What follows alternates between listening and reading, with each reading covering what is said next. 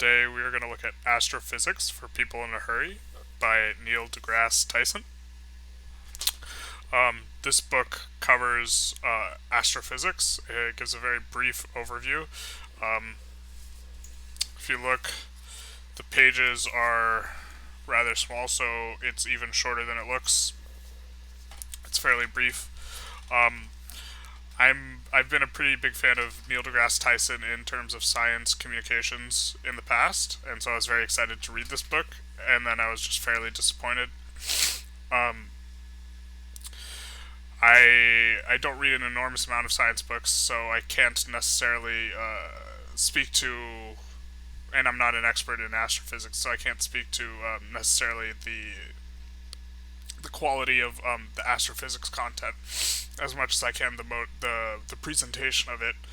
I felt that the way he presented it was interesting if you perhaps already know a lot about the science behind it, but wasn't necessarily good for a person, a layperson, which the book In a Hurry implies. He starts off with like a chronological explanation, starting at this moment of the Big Bang, and then percentages of a second, moving forward and forward, explaining what goes on, and then but this isn't like a scaffolding way of explaining something. He just kind of haphazardly explains concepts as he brings them up, so it comes across a little bit disjointed, and I think it could have been better organized. But that's not really why I was disappointed. Um, Neil deGrasse's tone throughout the book uh, struck me as a bit pretentious, and maybe I've been influenced by seeing some of his more recent podcasts where I thought he was a bit rude to the host. But he, like, if you look at the cover of the book, the biggest thing is his own name. Um, and he starts off the book quoting himself, except he quotes himself NDT. And I mean, that, first of all, like, quoting yourself is putting quotes around something you say is like silly when you're the one saying it clearly. And then second of all, thinking that we all know NDT to mean Neil deGrasse Tyson is a bit much. But anyways, um, uh, some at some points his tone is amusing and redeeming somewhat. The same things that I think are somewhat pretentious. So throughout the book. Uh, so let's get into the ratings. As far as utility goes, um, I gave it a 3. Not particular. It's low. One of the reasons is I generally think astrophysics as a topic isn't particularly useful because it's not going to inform your actions in such a way that's going to affect the quality of your life. I don't think, with one exception. And this does get covered in the book, which I thought was great. The final chapter, he talks about how big the universe is or ought to be a very humbling experience because in the grand scheme of things, we are incredibly insignificant as far as the universe goes. And so being reminded of that, just the hugeness of everything, I think is important because it can help put things in perspective. Um, as for entertainment, I gave it a 6. I I enjoyed reading it through some parts. Once I got through the very beginning, which was a bit of a slog, it picked up a little bit.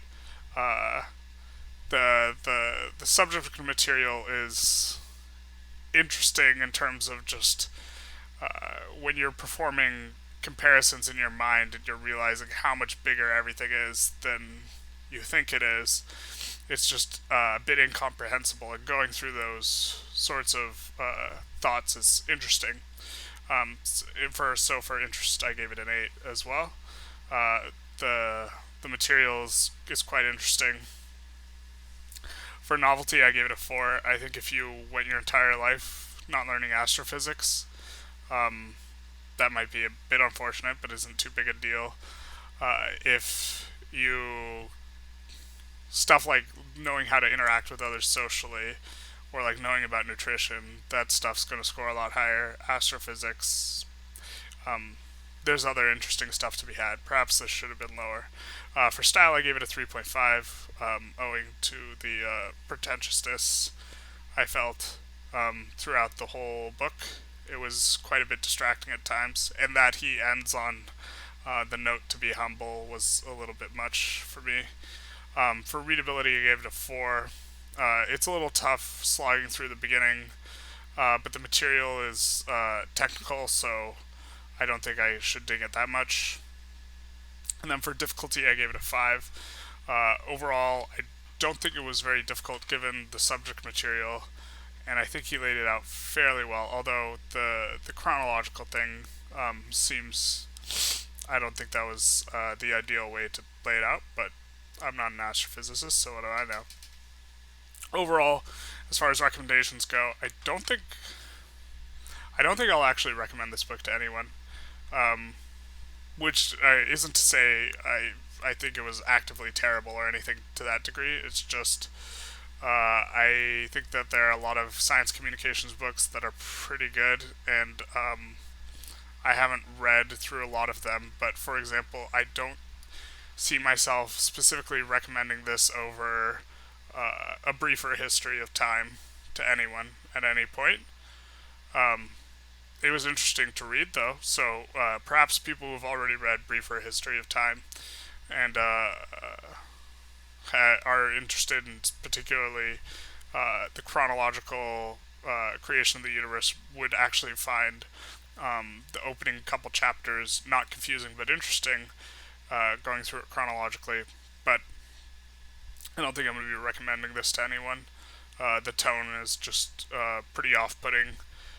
If I wanted, uh, if I felt like I needed to pick something up for astrophysics, even having already read this book and knowing where a lot of the points are in the book, I would still probably rather read something new rather than read through this again. If even if I was looking for something specific, so uh, wouldn't recommend. But I think my not recommending isn't as harsh as it might sound. If you like this, feel free to give a like or a subscription. And then as far as comments go, for the people who have read it, I'm curious to maybe I'm getting out of line with thinking that his style is a bit pretentious.